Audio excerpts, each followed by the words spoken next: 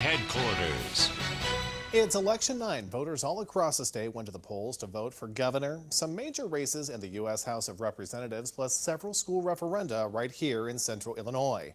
Thanks for joining us tonight. I'm McLeod Hageman. And I'm Jessica Coons. Primary elections are historically in March, but not anymore. Last year, state lawmakers passed a bill moving them to June. That's right. We do have team coverage tonight. Reporters in several key locations across central Illinois. We have WCIA 3 Capitol Bureau Chief Cole Hankey live in Effingham with the Bailey campaign. Renee Cooper is live in Taylorville with Rodney Davis, and we're going to be checking in with Sarah Lehman in Urbana in just a moment. Let's take a look at some of the biggest races of the night. The race for governor on the Republican side, 6 candidates spent millions of dollars to get the chance to run again in the general election, and one of them will get to do that. Darren Bailey winning this race. The Associated Press called this race for Bailey not long ago. He picked up an endorsement from former President Donald Trump not long ago as well. He was competing against Jesse Sullivan and Richard Irvin and several other people in this race, Gary Rabine, Paul Schimpf, and Max Solomon. We'll get to the Democratic side in just a few minutes. Now to the showdown for the 15th district in the U.S. House.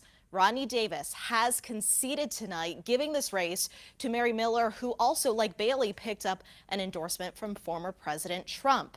Paul Lang was running unopposed on the Democratic side. And the newly drawn up 13th congressional district, that slices right through central Illinois. Democrats vying for that spot include one of Governor Pritzker's former senior advisors. That's Nikki Budzinski, and financial advisor David Palmer. We have 72% of those precincts reporting for the U.S. House District 13 spots.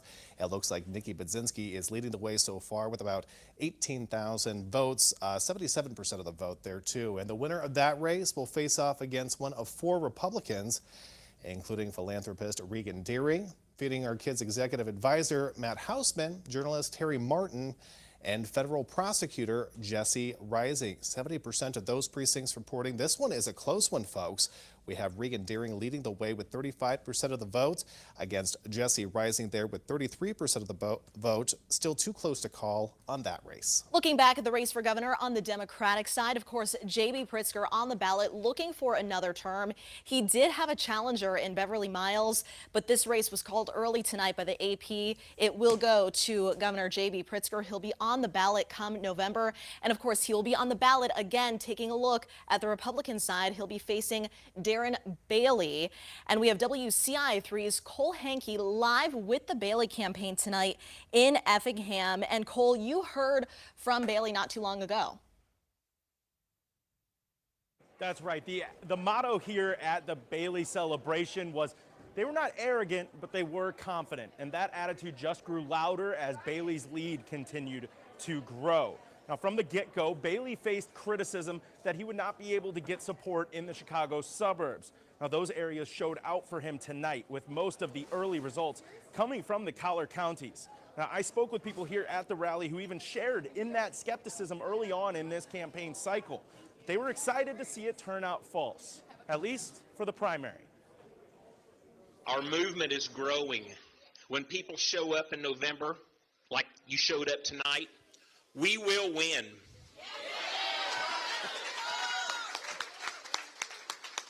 Here's a tip and some advice for J.B. Pritzker. Start packing, friend.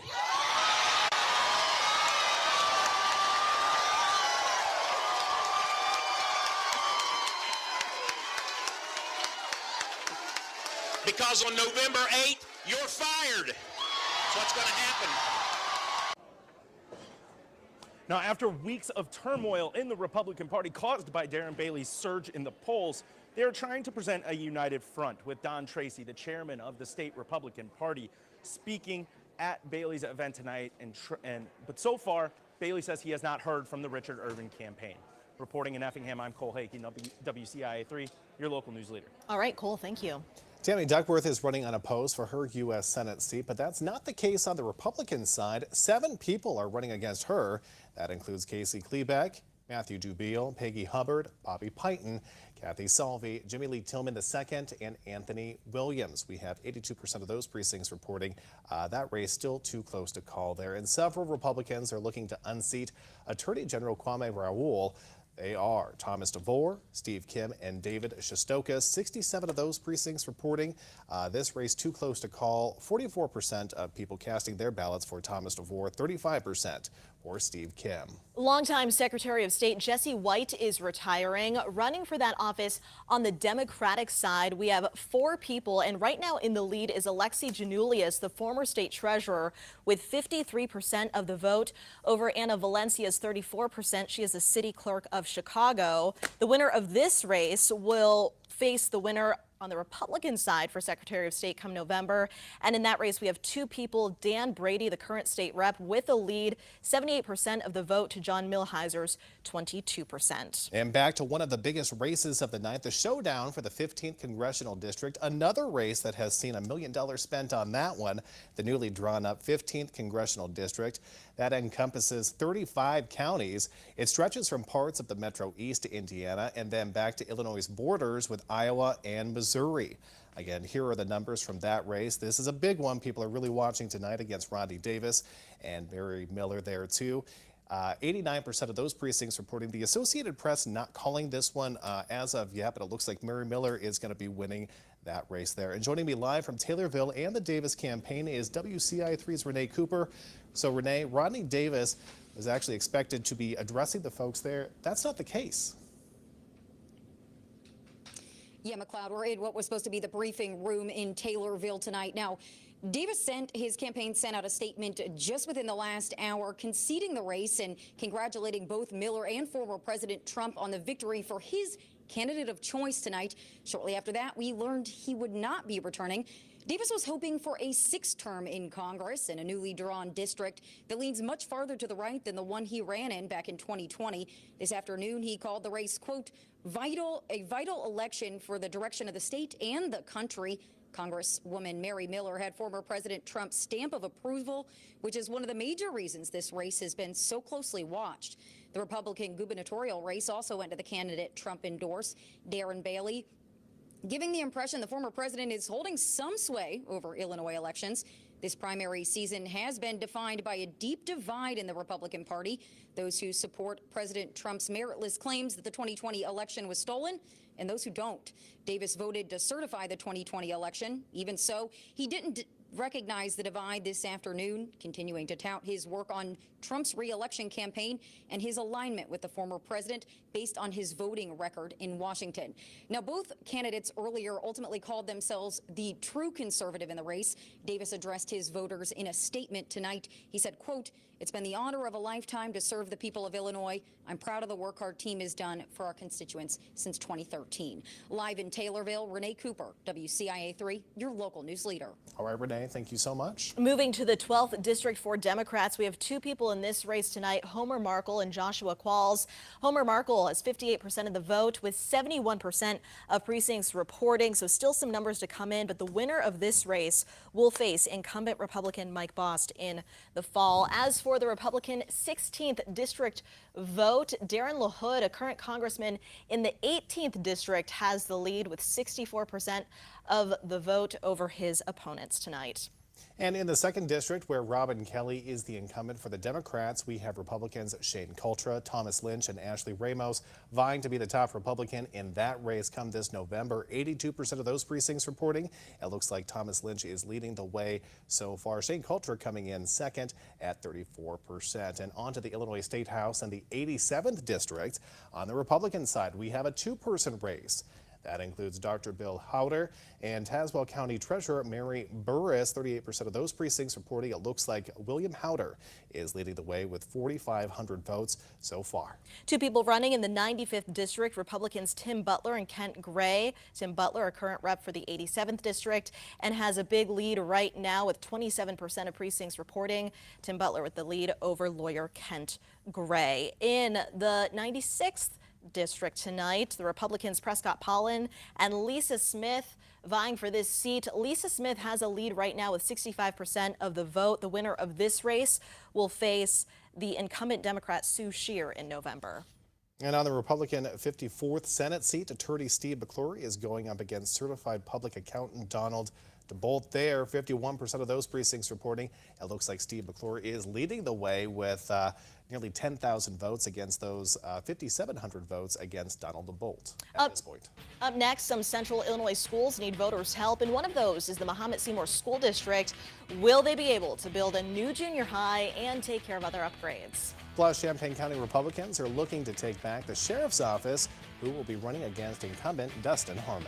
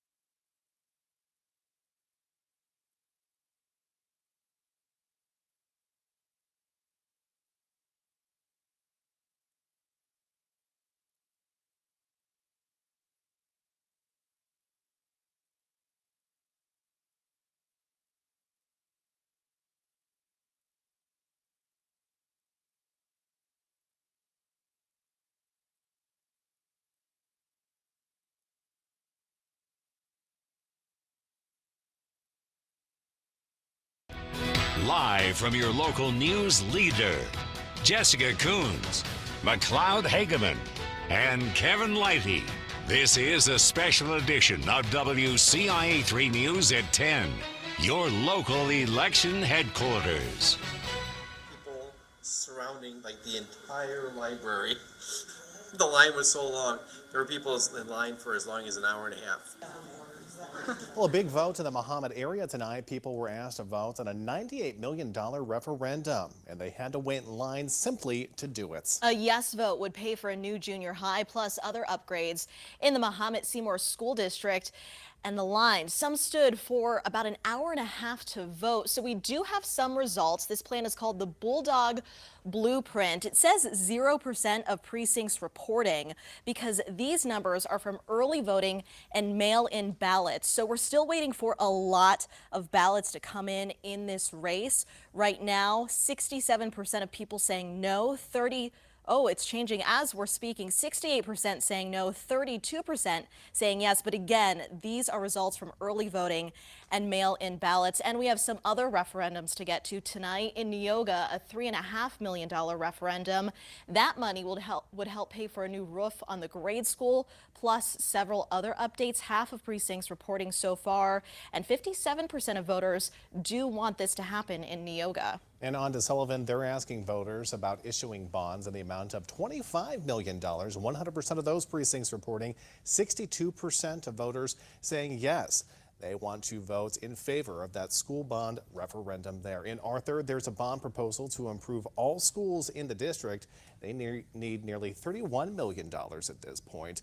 64% of those precincts reporting, 73% of voters saying no. They are voting against that school bond referendum for the community of Arthur. And in Champaign County, the run for sheriff on the Republican side, two candidates looking to unseat current sheriff Dustin Harmon. John Brown right now with the lead with 84% of the vote, but again, it says 0% of precincts reporting those numbers coming from early voting and mail-in ballots, so still waiting for all precincts to report in Champaign County for that race. If you missed a race, just go to the bottom of our screen. They'll be running on our ticker, and plus for full election results, go to our website at WCIA.com. Coming up 1 year after a woman was shot, there's been an arrest where police took a suspect into custody. Plus, is there any rain in the forecast? Kevin will join us to let us know what to expect.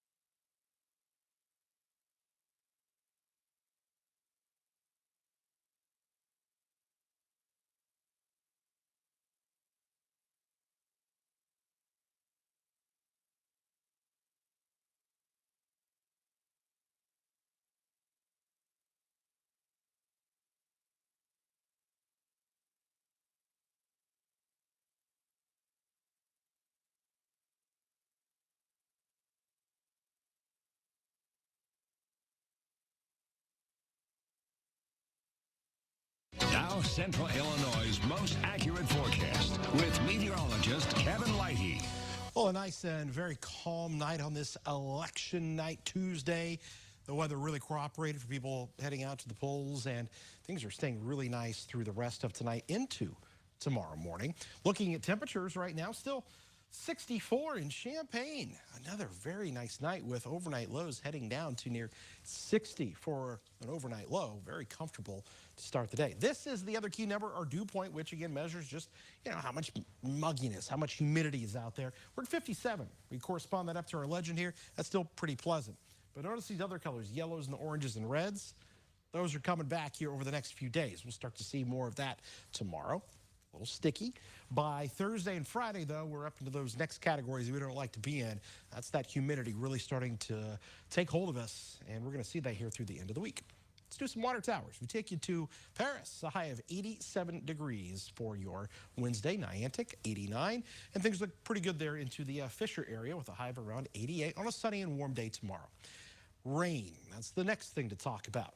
Nothing out there for tomorrow or Thursday, but we think later into Friday, and especially kind of Friday night, Saturday, that's going to be our next decent chance for rain. Showers, maybe some thunderstorms in there, and I think there's a pretty good chance that we get this rain out here Friday night. I also want to stress that I still think there's going to be some dry time. So we light the fireworks, we send them off, we reveal the forecast, which shows temperatures in the mid and upper 80s this 4th of July weekend, with, yes, rain around for the weekend, but lots of dry times. If you're heading to the lake, you got cookouts, you got maybe a wedding, you got something going on, I still think you're going to be okay, but you may be dodging rain late Friday and especially early Saturday morning. Breaking down temperatures a little bit more for you. Friday, definitely the warmest day at 94. We fall back down Saturday, but then warming things back up again as we head into next week. 60 for tonight under those clear, comfortable skies. A high of 88 tomorrow. Great looking day, sunshine, and a look at your 7-day forecast will show that rain is going to return here for the end of the week. Our town, Savoy, we're going to be out there. We hope you will join us as well. And you'll find those showers kind of hanging around there into the weekend. But I want to stress again, I still think lots of dry time for you. And the entire 4th of July itself right now looks dry, so we hope to hold that as we go forward. Well, at least a little bit of rain, though, for people still holding out who didn't get any. Farmers. Farmers and everybody still got best of both worlds for everybody out there. All right, Kevin, thanks. Most area pools are back up and running after a COVID shutdown. Which one won't be open this weekend, and it's not pandemic related? Plus, your morning coffee made out of creamer while one truck may not be able to make its delivery. WCIA 3 News is sponsored by Bard Optical.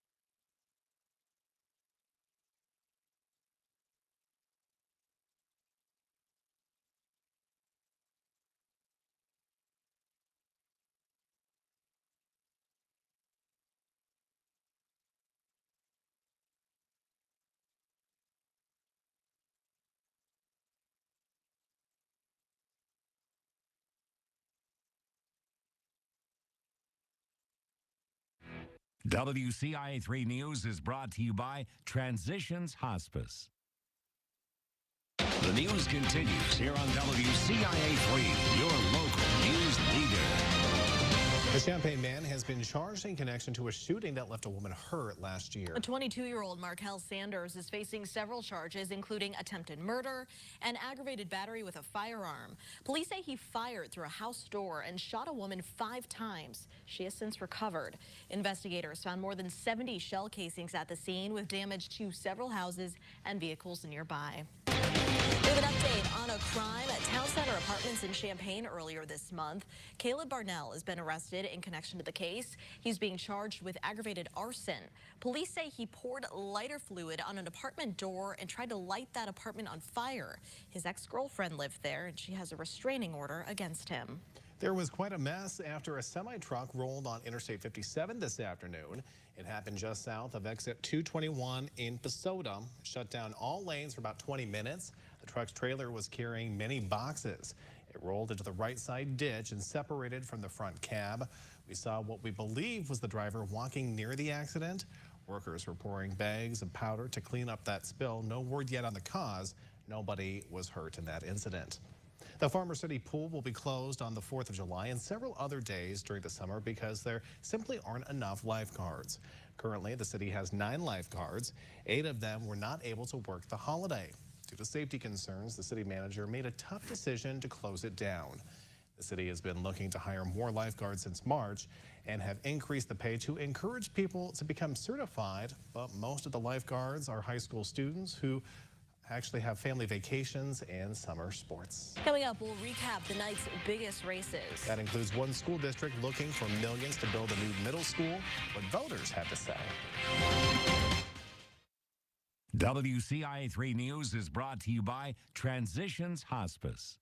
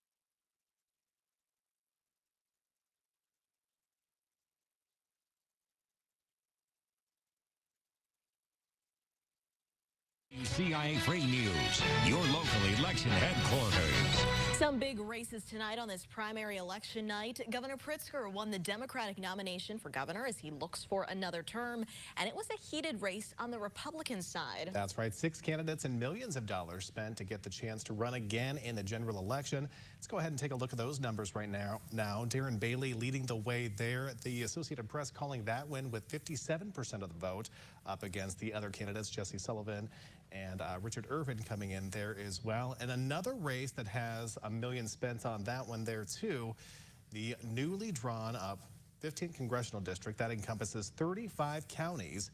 It stretches from parts of the Metro East Indiana back to Illinois' border with Iowa and Missouri. We have Mary Miller leading that race there with 95% of those precincts reporting too. Field is wide open in the newly drawn 13th congressional district. On the GOP side, 4 people looking for this seat, and philanthropist Regan Deering still has the lead. She's had this lead all night with 35% of the vote, 74% of precincts reporting. So that's on the Republican side. On the Democratic side, let's take a look at the results there. We have 74% of precincts reporting, but this race has been called for Nikki Budzinski, who has a major lead over David Palmer. So this race will go to Nikki Budzinski. She will face the winner on the Republican side come November. A big vote in the Mahomet area tonight. People were asked to vote on a $98 million referendum. That's for a new junior high, plus upgrades to other buildings in the Mahomet Seymour School District. It says 0% of precincts reporting right now because all of these numbers come from early voting and mail-in ballots. So as of right now, 68% of people in Mahomet turning this plan down, but we are still waiting for all of those precincts to report. Tammy Duckworth is running unopposed for her U.S. Senate seat, but that's not the case on the Republican side. 7 people are running against her. That includes Casey Klebeck, Matthew Dubiel, Peggy Hubbard, Bobby Payton, Kathy Salvi, Jimmy Lee Tillman II, and Anthony Williams. 87% of those precincts reporting still too close to call that race. And several Republicans are looking to unseat Attorney General Kwame Raoul. They are Thomas DeVore, Steve Kim, and David Shostokis. 81% of those precincts reporting for the Attorney General race on the Republican side. 44% of people casting their ballots there for Thomas DeVore. Secretary of State Jesse White is retiring, so someone new will hold this office for the first time in more than 20 years. On the Democratic side, we have Alexi Janulius, a former state treasurer, with 53% of the vote. We have 74% of precincts reporting, and he has held this lead all night. The winner of this race will face the Republican, and Dan Brady still holds a lead in this race, the state rep there, with 77% of the vote to John Milheiser's 23%. In the 12th district, Democrats Homer Markle and Joshua Qualls facing off. Homer Markle, right now, he is retired from the Department of Corrections, and he holds the lead with 57% of the vote. The winner here will face incumbent Republican Mike Bost in November. As for the Republican 16th district vote, 4 people want Adam Kinzinger's seat, and Darren LaHood has a big lead right now. Look at that, more than 42,000 votes. Walt Peters is second right now with just over 9,000 votes. In the 2nd district, where Robin Kelly is the incumbent for the Democrats, we have Republicans Shane Cultra, Thomas Lynch, and Ashley Ramos vying to be the top Republican in that race come this November. 89% of those precincts reporting. This one is a close one, folks. Thomas Lynch leading the way so far with 38%, but Shane Cultra coming in close there at 35% as well. And on to the Illinois State House and the 87th district. On the Republican side, we have a 2-person race. That includes Dr. Bill Howder and Tazewell County Treasurer Mary Burris. 46% of those precincts reporting for the Illinois State House District 87 spots. William Howder leading the way so far with nearly 4,700 votes at this point. 2 Republicans running in the 95th district, and Tim Butler, who currently represents the 87th district, will get the nomination here. He wins with 74% of the vote over lawyer Kent Gray. No Democrat running in the primary today. As for the Republican 96th House seat, Lisa Smith maintains a lead over Prescott Pollen. The winner here will face incumbent Democrat Sue Scheer. And on to the Republican 54th Senate seat. Attorney Steve McClure is going up against CPA Donald DeBolt. 91% of those precincts reporting it looks like Steve McClure is leading the way with nearly 63% of the vote. That's about 17,000 people casting their ballots for Steve McClure at this point. And that's going to wrap up primary election night coverage. Again, if you missed something, look at the bottom of your screen. We'll have that ticker running with all the results, or you can go to our website, WCIA.com. Thanks for watching. Have a good night.